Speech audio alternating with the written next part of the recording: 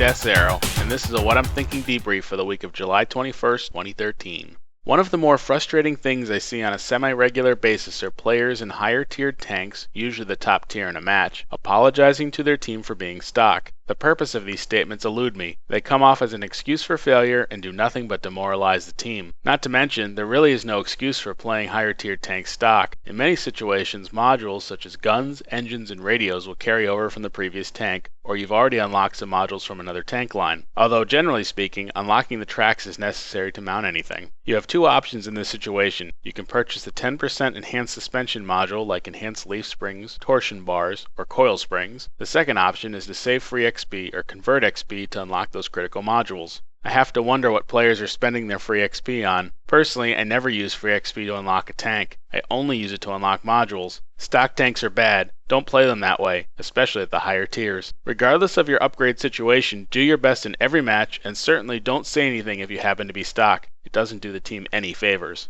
And now it's time for the Match of the Week! The replay that we'll be looking at is a solo battle from July 21st on Cliffs in my T-34. As noted on the loading screen, this is a standard battle. Reviewing tank composition for this battle reveals the following. This is a Tier 8 battle with 6 Tier 8s and 2 Tier 7s on each team. My team has 6 Tier 6s while the enemy team has 5. My team has a single Tier 4 scout while the enemy team has a Tier 5 and a Tier 4 scout. No RD in this match. I don't recognize anyone in this battle. As the match loads in, I've decided to go up the hill and head to the F6 area. I don't see much point in staying along the 1-2 line as it significantly limits my options. If the enemy breaches that area, I'll have shots from the cliff overlooks. The terrain at F6 will give me hold down opportunities and the ability to control the middle of the map. As the battle gets underway, I immediately start heading north and east. While the T-34 isn't the fastest tank in this battle by any means, it certainly isn't that slow, and I'll be able to get to a position at F6 without too much of an issue. For those that aren't particularly familiar with the T-34, it's currently my favorite premium tank. It has enough firepower to handle itself in Tier 10 matches, and when it's hulled down, it's pretty much invulnerable from the front. Although since 8.6, the top hatch is a bit more vulnerable than it used to be. Continuing to climb the hill. Got decent support on this flank. The only Tier 8 though is the Type 59. Got a T-50 climbing the hill to the lighthouse. No shots on him. Got a Hellcat headed over to E4. Type 59, KV-1S, and an AMX M445. Also an E8 and another KV-1S. Try to snap a shot at the 59 and I miss. Our 59-16 was also trying to climb the hill. He got picked apart. Currently keeping an eye on the knob over to my left, but also heading up towards the hill. Been spotted, likely by the T-50. Turn left for a second to take a look at what's going on with our 59, who's facing off against the enemy 59 in a Hellcat. Enemy T-34 over at C6. Enemy now has 2 tanks up at the lighthouse. Pull over the top of the hill here. Was trying to get a shot at the T-50, but no opportunities. Enemy AT-8 is crossing over to E6, but I don't get a shot in before he gets into cover. Keeping an eye in pretty much every direction that I can right now. Turning towards F3. Try to protect our Type 59. Looks like he's in a bit of trouble. Enemy Hellcat pops out. I snap a shot and knock him down. The enemy Type 59 will think twice before jumping out.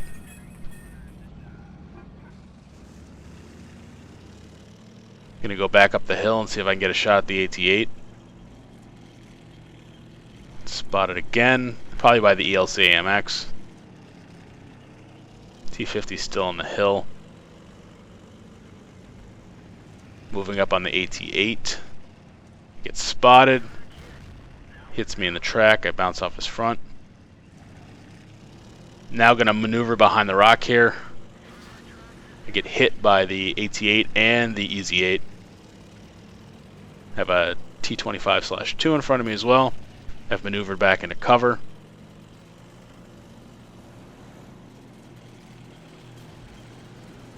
The enemy has breached the route around the lighthouse and will soon be behind me. I disengage from the hill and prepare to intercept them on my terms.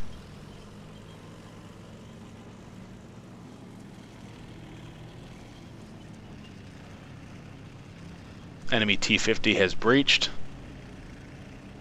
I have no shots on him. Line up the KV-1S and knock him down. Also have a AMX M445. I'm using this little bit of a rise in the terrain in front of me for cover. Lining up the M445. Get a hit. Back up using the hill as cover. Line up the M4 again. The enemy seems overly focused on our Panzer V M10 and the AMX 1375.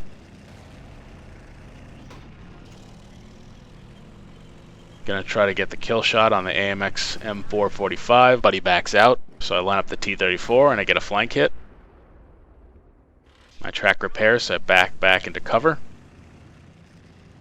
Bounce a shot from the T-34. I pull forward again. I've got a flank shot still. Line up the T-34 and I get a hit.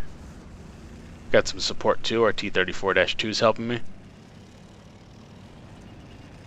The middle of the map is currently exposed though.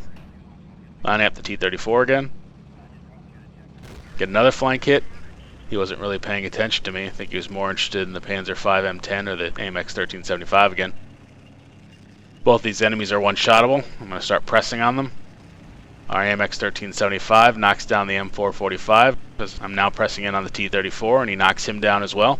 With the lighthouse push defeated, I now need to turn back and clear the middle of the map. The enemy is also aggressively pushing the 1-2 line and I'll need to keep my eye on that situation. T-34-2 gets lit on fire, but he gets a hit on the T-25/2. Comes around the building, trying to line him up. I bounce off his mantlet, most likely. AT-8's up on the hill, lining him up. Got a flank shot opportunity right now, but he is turned towards me, he gets a hit. Tried to line up his cupola, but it looks like I just punched right through his hull. Get tracked by the 25/2. He's at 43 hit points, so I can knock him down pretty easily. Lining him up. 1375 looks like he's coming in on him from behind, and he knocks him down. Our Panzer V M10 is headed around the lighthouse. They'll likely have a free shot at the enemy base. The enemy has almost breached the 1-2 line. I need to maneuver to a position on the cliff overlook and try to slow them down.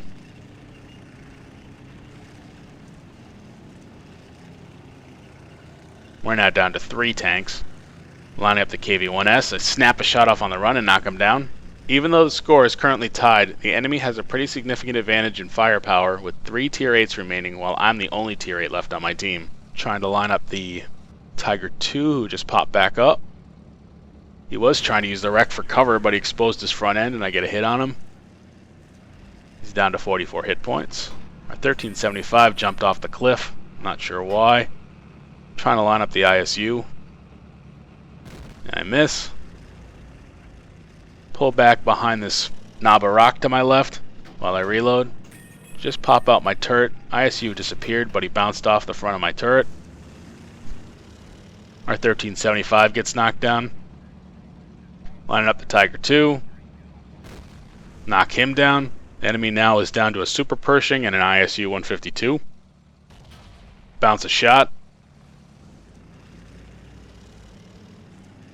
I'm having difficulty getting spots right now.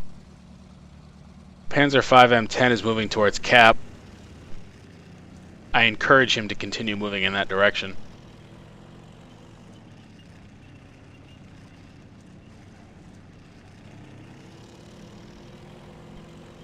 I should be able to hold off both of these enemies as long as I'm cautious.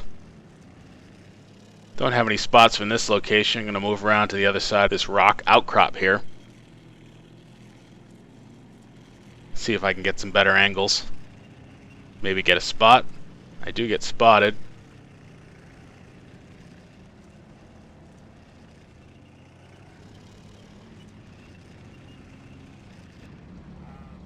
The enemy has not moved towards Cap yet as far as I know. Our Panzer V M10 has jumped on Cap.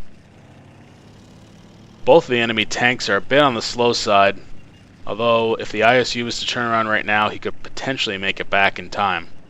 As I'm unable to get spots on the enemy, I decide to move to J6 to place myself closer to Cap, which will give me a better chance of spotting any enemies moving to Cap. I take a slightly less than direct route to try and not get spotted by the ISU, which could seriously damage my tank.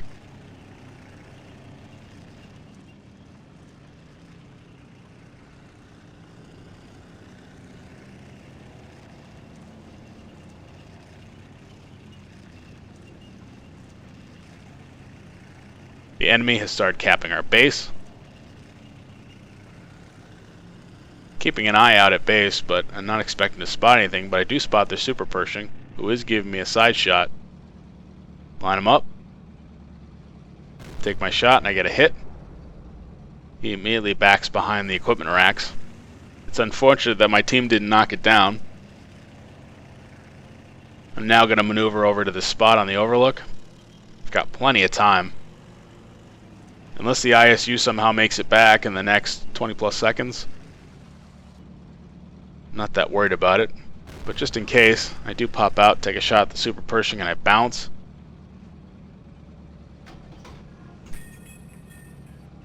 He doesn't even know where I am right now. A little bit of a side shot here. Take it and I knock him down.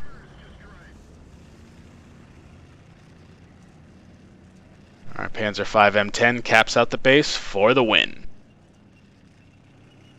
Looking at the information from the WoT Replay Analyzer, I destroyed 6 tanks for a top gun, damaged 2 more, hit 16 of 18 shots, did 4,245 points of damage, and earned 1,930 experience before the double. Please note that base XP listed in the screenshots are non-premium XP values. Overall, I decided early on to take a centrally located position on the map rather than camp the 1-2 line. This gave me a better opportunity to influence the match. When the enemy breached the lighthouse route, I immediately repositioned to intercept the attackers on my terms rather than let them get behind me. Once the attackers were defeated, I turned my attention back to the middle of the map, quickly regaining control in time to get into a defensive position in preparation for the enemy that had breached the 1-2 line. I cautiously worked the superior enemy force over from a tactically advantageous position, stalling their push. I then successfully defended Cap from another advantageous high ground position, allowing our Panzer V M10 to cap out the enemy base for the win. Thank you for watching this WoT I'm Thinking debrief. Stay tuned for more content soon. Before signing off, I wanted to mention a change in programming. I have decided to cancel the upcoming T69 episode. My replays for the tank are too old at this point and not representative of how it currently performs. I'll try to get back to this tank in the future. I think many of you will be quite happy with the tank I've chosen to do instead.